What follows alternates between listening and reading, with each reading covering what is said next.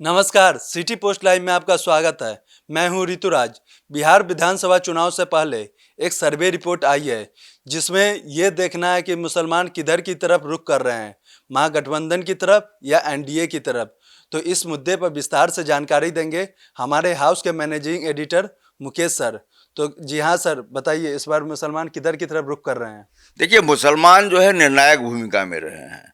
और बिहार की सियासत की बात करें ऋतु जी, तो महागठबंधन का जो सबसे बड़ा दल है राजद, कोर वोटर्स हैं मुसलमान उनके। एमवाय समीकरण पर चुनाव लड़ता रहा है राजद, और इतनी बड़ी पार्टी के रूप में जो उभरी है, राजद के की ताकत जो बढ़ी है वो एमवाय समीकरण के जरिए बढ़ी है।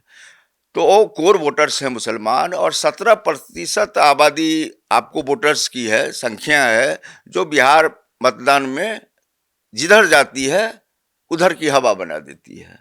तो महागठबंधन के साथ है और 17% भागीदारी है मुसलमानों की, तो यह बहुत बड़ी आबादी हुई और वोट बैंक ऐसा हुआ जिसकी ताकत सत्ता को किसी तरफ मोड़ सकती है। तो अभी तक एमवाय समीकरण से राजद अपना जो है मनोबल बढ़ाता रहा है, सीटें बढ़ाती रही है, बढ़ती रही है, लगातार जो है ताकतवर होते रहे हैं तेजस्वी यादव मुसलमानों को लेकर के। और इस गठबंधन पर कई बार हमले भी होते हैं कि यह पार्टी सीमित है और यादवों और मुसलमानों की है। जाहिर सी बात है, चूंकि अब एनडीए भी है, कई दल हैं बिहार में, देखिए आप महागठबंधन में भी कई दल हैं, तो सभी दल के कोर वोटर्स होते हैं। एनडीए के भी अपने कोर वोटर्स हैं और उधर महागठबंधन के भी। तो उसमें कांग्रेस है, राजद है, सीपीआई सीपीआई-एमएल है, मुकेश सहनी है। तो देखिए, सारी पार्टियों के जो ऊपर के लोग हैं, जो नेतृत्व करता है, वो जिस जाति से आते हैं तो उस जाति का रुझान जो है उस नेता के प्रति होता है, और समर्पण भी कहें तो एक तरह से। तो ये जो सर्वे रिपोर्ट आया है, ये देखिए द ऐसे इंडिया एक सर्वे कंपनी है, उसने यह रिपोर्ट जारी किया है। बेटल ऑफ बिहार 2025 के नाम से जो है उन्होंने सर्वे किया है, और इसमें इस बार महागठबंधन की टेंशन बढ़ती हुई दिख रही है। हमने पहले भी कहा ऋतु जी आपसे कि 17% हिस्सेदारी है मुसलमानों की। अब महागठबंधन और दोनों का देखिए अभी तक सीट क्लियर नहीं हुआ है। सीट अगर क्लियर हो गया रहता तो मुसलमानों को भी लगता कि उनकी तरफ कितनी सीटें आई हैं, राजद कितनी सीटें दे रही हैं, या फिर कांग्रेस समझौते के बाद जो है कितनी सीटें दे रही हैं, कांग्रेस में उनके कितने जो है उम्मीदवार होंगे, राजद में कितने होंगे, सीपीआई सीपीएम में कितने होंगे, मुकेश सहनी कितने को देते हैं। तो अभी तो कुछ क्लियर नहीं है। तो सर एआईएमआई चीफ ओवैसी जी इस बार क्या किधर की तरफ रुख करने वाले हैं? देखिए, आपने देखा कि तेजस्वी यादव के घर पर जाकर के ढोल नगाड़े के साथ एआईएमआईएम के जो बड़े नेता थे बिहार के, उन्होंने महागठबंधन में शामिल करने के लिए पार्टी को कोई कोर कसर नहीं छोड़ी। ढोल नगाड़े बजाते हुए गए कि बाहर में कि हमें भी जो है अपने गठबंधन में लो, हम साथ में रह करके चुनाव लड़ना चाहते हैं। देखिए, सीमांचल का इलाका मुस्लिम प्रभावित इलाका है, और कोसी का भी कुछ हिस्सा। मुसलमान वहाँ पर एकदम जीत की गारंटी है, वो जिधर जाएंगे जीत उसी पार्टी की होगी। तो वहाँ पोह की स्थिति है, और एआईएमआईएम कहीं भी अभी महागठबंधन की तरफ नहीं है।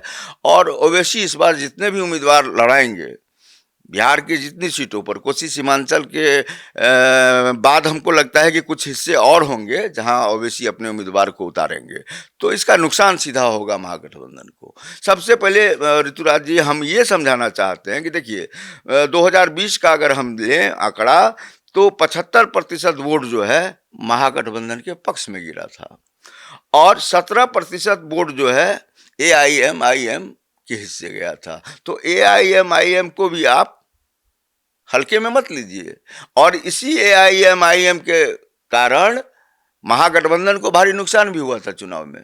नहीं तो कुछ ऐसी सीटें थी जिस पर महागठबंधन का कब्जा होना चाहिए।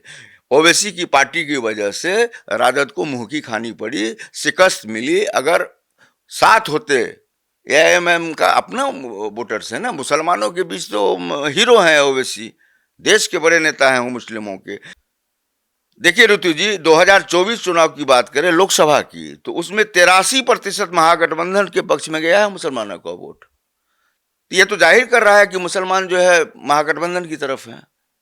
इसमें कहीं कोई शक शुबा नहीं है। लेकिन जैसे ही 2025 का ये चुनाव आया है तो मुसलमानों में क्यों है, देखिए आक्रोश भी है, आक्रोश में है इस बार मुसलमान।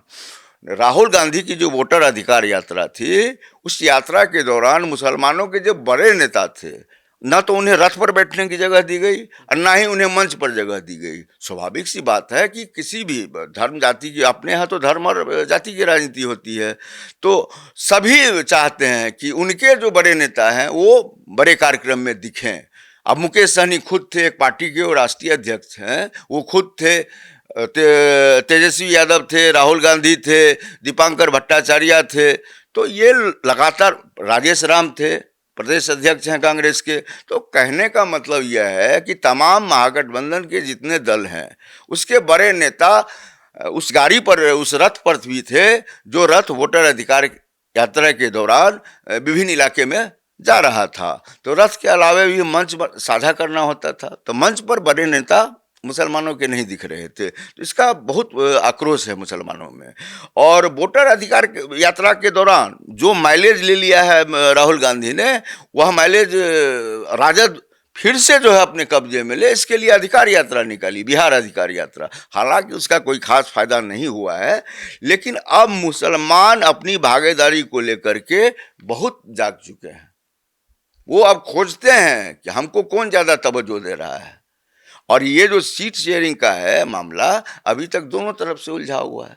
और एक फैक्टर और देखिए, आप जनसुराज को भी माइनस में लेकर नहीं चल सकते हैं।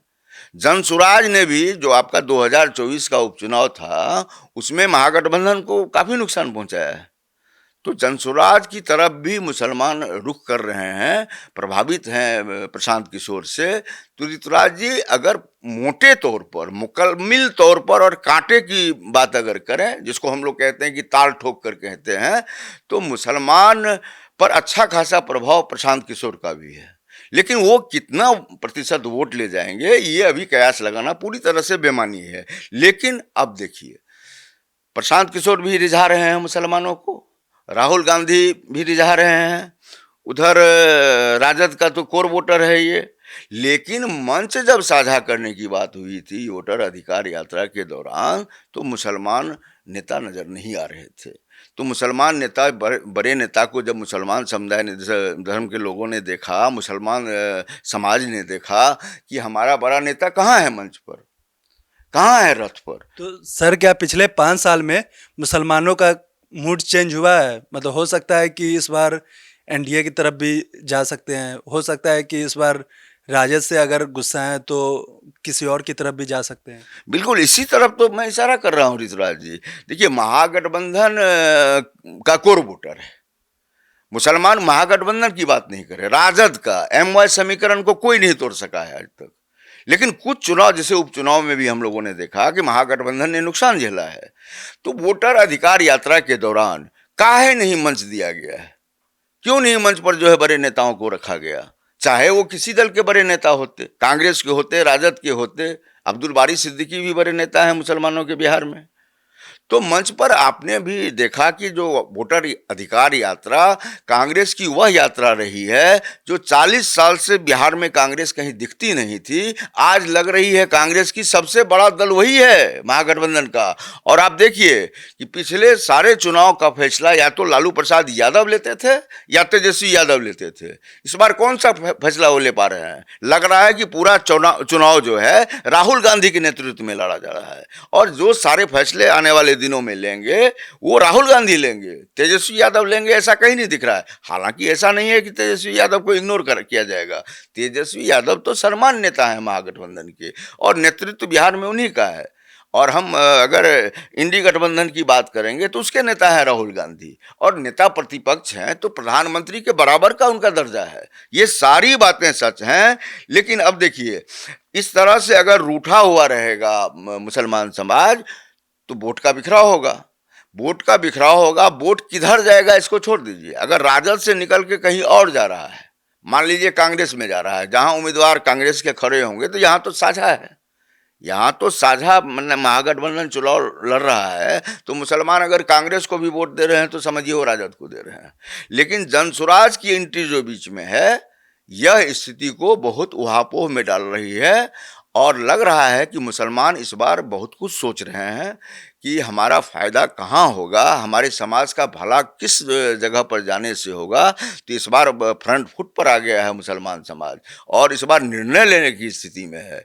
तो अगर समय रहते तेजस्वी यादव और राहुल गांधी ने मुसलमानों को नहीं सहेजा, मुसलमानों को अगर करीने से उनसे वार्ता नहीं की, उनको अपने पाले में मजबूती से नहीं रखा, तो इसका सारा नफा ले उड़ेगा एनडीए और भारी नुकसान महागठबंधन को झेलना पड़ेगा। तो हम इस डिबेट के जरिए यह बताना चाह रहे हैं कि ये ताज़ा सर्वे जो आया है, इस सर्वे की तो हम जरूर कहेंगे कि यह सर्वे दमदार है, लेकिन हम लोग भी तो जाते हैं क्षेत्रों में ना।